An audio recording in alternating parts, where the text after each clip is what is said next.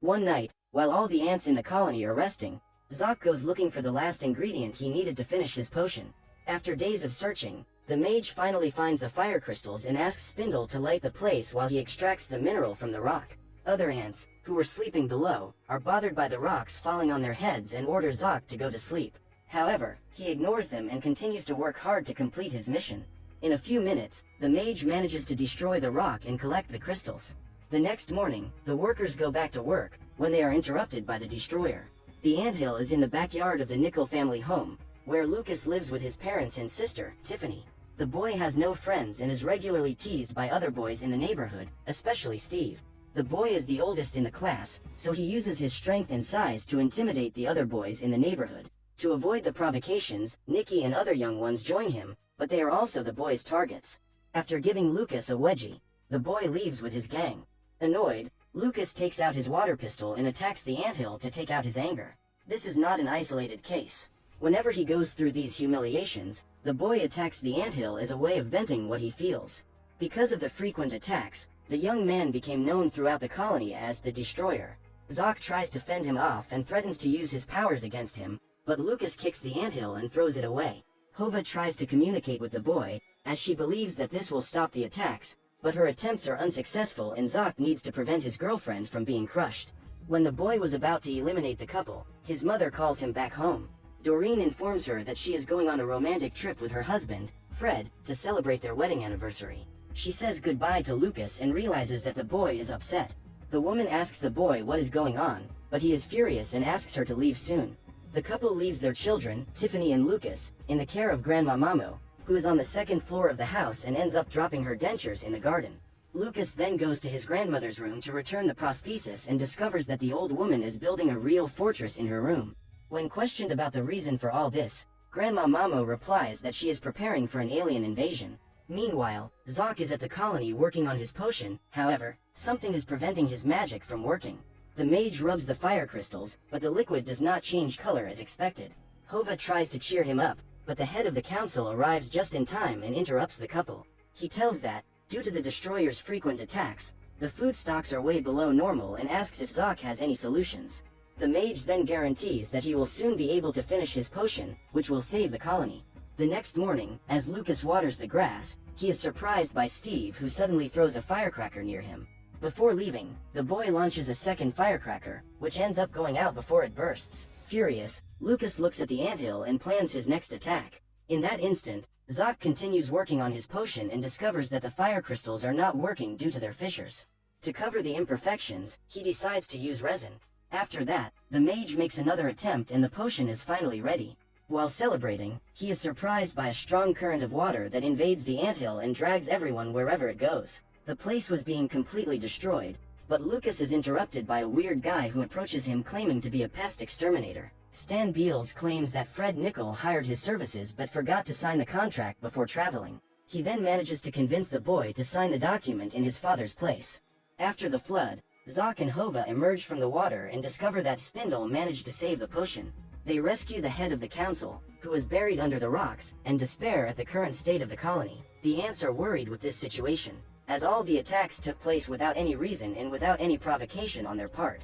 At that moment, the mage informs that he managed to finish his potion and, that night, he meets with other ants to put his plan into action. The small group crosses the entire house and walks to Lucas's room.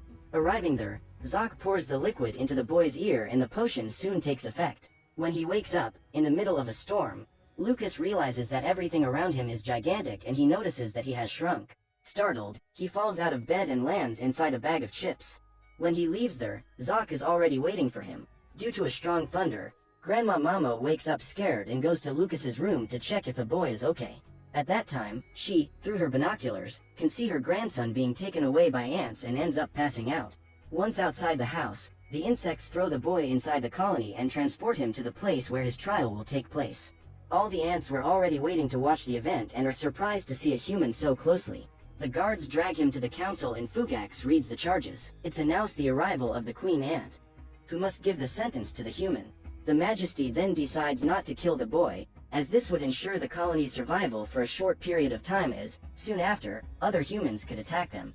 Their idea is to force Lucas to live with them in the colony until he learns what it's like to be an ant. That way, they could build a better future for all ants. Hova offers to tutor the young man on this journey, and the very next morning, they begin training. However, Lucas tries to hide from her and devises an escape plan as he tries to build an outfit from the materials he found around the colony. With Hova's help, he realizes that there is no point in running away, as he will only return to his normal size after learning to become an ant. Therefore, she offers to help him find his place in the colony. Hova tries to fit him into the collection, as the instructor is her great friend. Krila sends the boy to the blue team, along with other males in the colony. In that first trial, each team must work together to avoid obstacles, retrieve the jelly bean, which they call the sweet stone, and return to the nest. The first team to return will be the winner, but for that, no member could be left behind. Krila takes off and the first challenge they have to face is crossing a crack in the ground. The blue team ants join together to form a bridge, but Lucas decides to cross alone. The result is that he ends up falling inside the crack and needs to be rescued by his colleagues. In order to cross the puddle of water, they need to team up again, but Lucas ends up getting loose from the rest of the group, accidentally, and is thrown straight into the sweet rock. Excited by the boy's speed, the other ants on his team decide to use the same strategy to cross and quickly reach their goal. Now, the challenge is to return to the colony before the red team. For that, they need to climb a rock, but Lucas can't climb like an ant. His teammates try to help him, but the red team manages to reach the finish line first and wins the contest. At the end of the game, Hova praises the boy's performance, but Lucas says he doesn't do well with teamwork. As they talk, Hova senses something is approaching and pulls the boy to safety. Soon after, several wasps approach the colony and rob the group. At this time, the ants unite to attack them and throw stones at their enemies. One of the wasps attacks Krila, but Zoc appears to save her. He hits a bolt of lightning at the insect's head and runs to help Hova, who is being attacked while protecting Lucas. The wizard asks the boy to help her, but Lucas gets scared and decides to run away. Zoc arrives to help her, but the wasp catches Hova and flies her away. One of the predators goes after the boy and he has the idea of using the firecracker that was lying on his lawn to get rid of the insect. Lucas uses a shard of glass to direct the sun's heat to the rope and manages to light the firecracker. In an attempt to eliminate the boy, the wasp attaches its stinger to the bomb and Lucas walks away before the object explodes. At that moment, Zoc appears and is also bombed. Frightened, the wasp carrying Hova decides to release her and leave, along with her swarm. Seeing their enemies retreating, the ants credit the destroyer and thank him for saving the colony. However, Zoc is outraged by this situation, as he knows that Lucas was actually just trying to save himself. That night, to celebrate his victory, the entire colony is partying and Fugax brings nectar for dinner. Seeing his new friends enjoying that food, Lucas decides to try it and finds it delicious. He eats all of those and Fugax goes to get another portion. At that moment, Lucas discovers that it's nothing more than maggot droppings and gets sick to his stomach. To help him feel better, Hova gives him a piece of root in a drop of water. After drinking that medicine, the boy begins to improve and lets out a belch that echoes throughout the colony. After dinner, Hova, Fugax and Krila decide to take their guest to meet the Queen Mother, the one who gave birth to all queens in all colonies. On the way there, Lucas sees some drawings on the wall, which tell the history of the colony. Finally, they see the image of the mother ant. Legend has it that one day she will return and fresh nectar will fall from the sky like rain. Also in that place, there is the drawing of the cloud breather. That drawing is very old and no ant in the colony really knows what it means. What everyone knows is that death follows him. Upon seeing that image, Lucas remembers that he signed a contract with the Terminator and runs to his house to try to dismiss him. Krila tries to stop the boy, but he promises that if his friends help him, they can get as many sweet stones as they want. As they walk through the door, they soon come across a shag rug that could slow them down. So Lucas comes up with the idea of using the rose petals as a parachute. After climbing on the sideboard, each of them picks up a petal and awaits the boy's command to jump all together. In doing so, they are pushed by the fan and manage to cross the room. However, Fugax is left behind and ends up falling between the propellers. Luckily, he makes it out alive and the group makes it to the kitchen. There, they find the jelly beans and Lucas runs to the phone while Fugax and Krila get the candy. The boy dials the number of Stan the Terminator, but ends up getting the last number wrong. The phone rings and a Pizza Kingdom employee answers it. Lucas thinks he's talking to Stan and claims he wants to cancel the contract. At the end of the call, he feels relieved, but the phone rings and Tiffany appears to answer it. When it hangs up, she sees Fugax picking up a jelly bean and attacks him. Her intention is to eliminate that disgusting insect, but Grandma Mamo appears to stop her. The old lady is afraid that the girl will crush Lucas, as she knows that her grandson has shrunk to the size of an ant. It's dark when the foursome returns to the anthill and Zoc is extremely happy to see Hova. The wizard was worried about his girlfriend, who had disappeared without explanation. When he finds out that they were in the human's nest, Zoc is furious, because that place is forbidden because it is too dangerous. To prevent Lucas from putting Hova in danger again, he threatens the boy, saying that he will never give him the potion that will make him grow again, because he is a threat. Frightened, the boy leaves and Zoc enters the colony. Seeing her boyfriend alone, Hova asks where Lucas is and the mage tells him he's gone. Initially, Hova is furious, but soon feels disappointed in Zoc and goes after Lucas. Fugax and Krila decide to accompany her, as they know the boy will not be able to survive the night alone. Meanwhile, Lucas is at the edge of a lake regretting the fact that he will never be able to return home. In that instant, he meets a beetle that ends up disappearing while Lucas washes his face. The boy then searches for the insect and discovers that there is a frog hiding in that lake. The animal is ready to devour him and uses its tongue to try to pull the boy into its mouth. As Lucas runs away, his friends find him and everyone has to run from the amphibian. The ants manage to save themselves by climbing into a soda can. However, Lucas cannot do the same. He rises a few inches, but soon slips and is swallowed alive. Zoc shows up just in time and, seeing Hova mourning the boy's loss, he feels guilty and decides to intervene. The beetle that Lucas met is inside the frog's stomach along with a firefly and a mosquito. Then the boy appears and, after seeing a dead insect in the midst of that disgusting goo, everyone despairs, wanting to leave that place. Outside, Zoc taunts the frog with the intention of being swallowed. He carries a root in his hands and plans to use it to save Lucas. As soon as it is devoured, he dips that root into the animal's stomach and the acid begins to bubble up. Seconds later, the frog burps in Lucas and the bugs are expelled. At this point, the grumpy mosquito celebrates its freedom, but is soon eaten by another frog. Zoc and Lucas meet up with the other ants and Hova forgives her boyfriend. As they are far from the colony, they decide to camp. In the morning, Fugax is the first to wake up and sees the mother ant approaching the colony. At that moment, he starts screaming with euphoria and his friends wake up right away.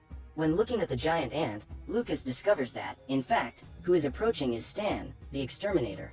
At this point, he realizes that his plan to cancel the contract has failed and Zoc soon recognizes the guy in the cap as the cloud breather. On that day, all the members of the colony are elated at the arrival of the mother ant, but Zoc shows up to tell them the truth. Lucas says that the man is going to use poisons and sprays to end the colony. When asked why he knew all this, the boy reveals that he was the one who hired the smoke. Hearing this, the head of the council orders the guards to get rid of him, but Lucas has an idea.